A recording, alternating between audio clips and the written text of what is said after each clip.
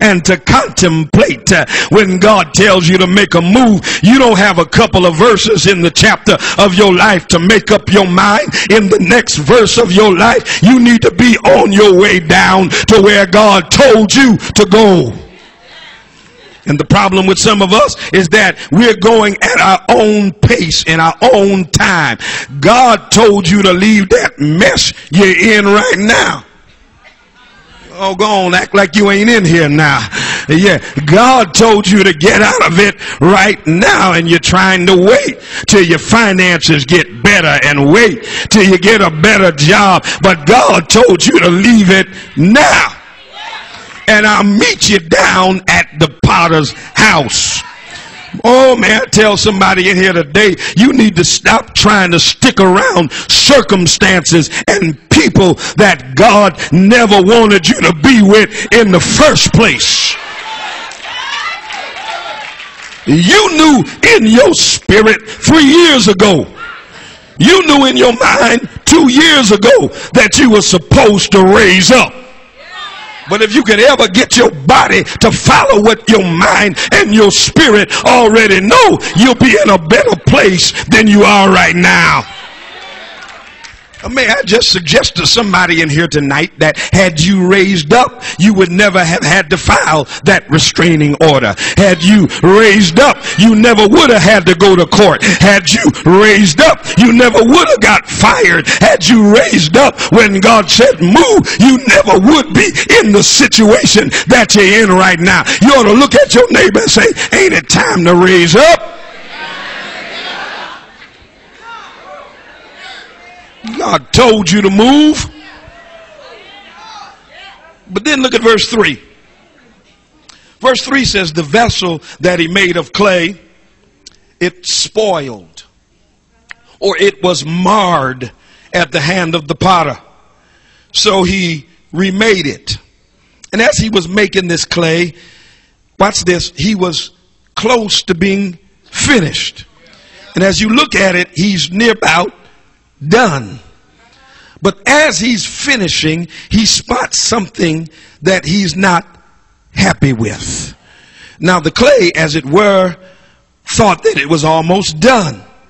And that's the problem, because with many of us, we were halfway into what we thought we would have, and we thought we were done. We were in love and we had picked out the house. Chose the selective occupation and said, I'm there. I'm a few years from my dream. And in the middle of it, God, who is the potter, looked at you and spotted something that he was not happy with and said, there's something I don't like about her. Some I don't like about him. I'm moving them out of your life. I'm moving them because there's something I see that you don't see. May I suggest to you that there is a process. When I was a little boy, Bishop, my grandmother used to bake. Anybody had some baking grandmamas? Something about a sister who just knows what to do in the kitchen.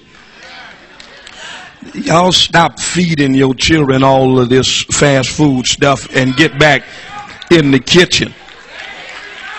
That's part of the problem with our children now. That's why we got so much childhood obesity. We raising children off of McDonald's French fries and ramen noodles and stuff. Get back in the kitchen and cook something. I know I'm messing up. I know I'm meddling up in here today, but I don't want to eat Domino's. I don't. Y'all ain't gonna help me preach in here today.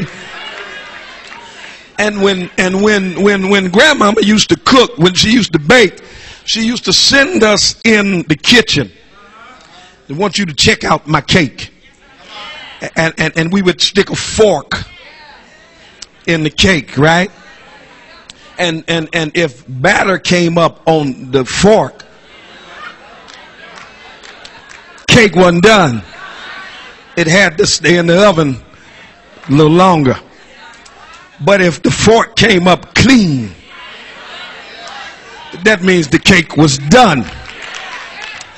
Come on, somebody. If we had taken the cake out the oven when it was not done, and then we cut it, the cake was not firm enough to stand because it was still liquefied on the inside. I'm trying to help somebody in here. And the problem with some of us today is we always trying to get out the oven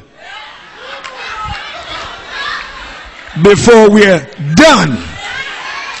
And so when the knife of adversity, when the enemy comes our way, that's why we're falling all over the place, because we're not done yet. Just look at somebody and say, don't worry, it won't be too much longer, but just stay on in there. Stay there till you're done. God says, what you don't understand, I'm the potter, you're the clay, and I choose in the middle of the process. God says, I'm starting over. I see something I don't like. I'm starting over. But God, I'm 35. I'm starting over. But God, I'm 40. And if I don't have it by now, I'm starting over.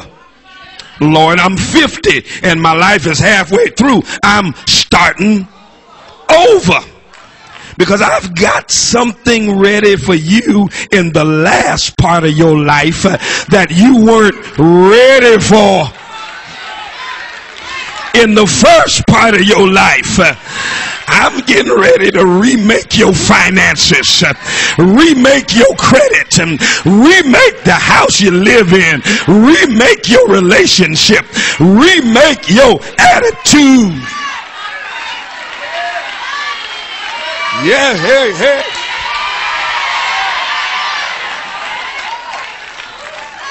Well, preacher, how can God do that? Look at Isaiah 29:16. He says, you turn things upside down as if the potter were thought to be like the clay. Shall what is formed say to him who formed it, he did not make me? Can the pot say of the potter, he knows nothing? Brothers and sisters, we often say, God, you don't understand. We often say, nobody understands us. You don't know what I'm going through. What do you mean when you make statements like that? God would have us to understand through the eagle-eyed prophet Isaiah. He says, what do you mean I don't understand you when I'm the one that made you? I know the stuff that's right with you. I know the stuff that's wrong with you. I understand your psyche. I know your habits. I understand your sex drive because I gave it to you. Y'all ain't gonna help me in here. You're the one that perverted it when you didn't use it the way I designed it.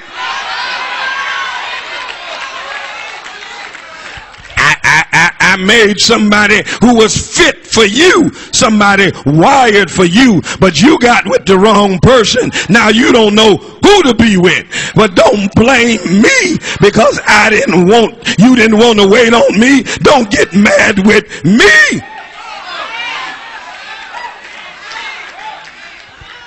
I know everything that is wrong, everything that is right. How can the clay say to the potter, you don't understand? Then in Isaiah 45:9, it asks us, how can the clay question the potter? The potter's in charge. Whatever the potter decides to do with the clay, there's nothing the clay can do about it. The clay is not in the position to call into question the one who is shaping him. And Jeremiah specifically says that there was something on the clay that the potter did not like. There are many versions. One says that it was marred. One says it was marked. One says it was stained. One says it was spoiled. But there was something about it or on it that did not please the potter. So he decided in mid-process to make it over again. You got to hear me because I'm talking to some people that are well into the process. Don't be surprised if you place all your energy, time, and resources into something, but it doesn't happen because maybe it's your vision, but it's not his vision. Don't be surprised if you get this close to it, and then something happens to where you can't get it, because God said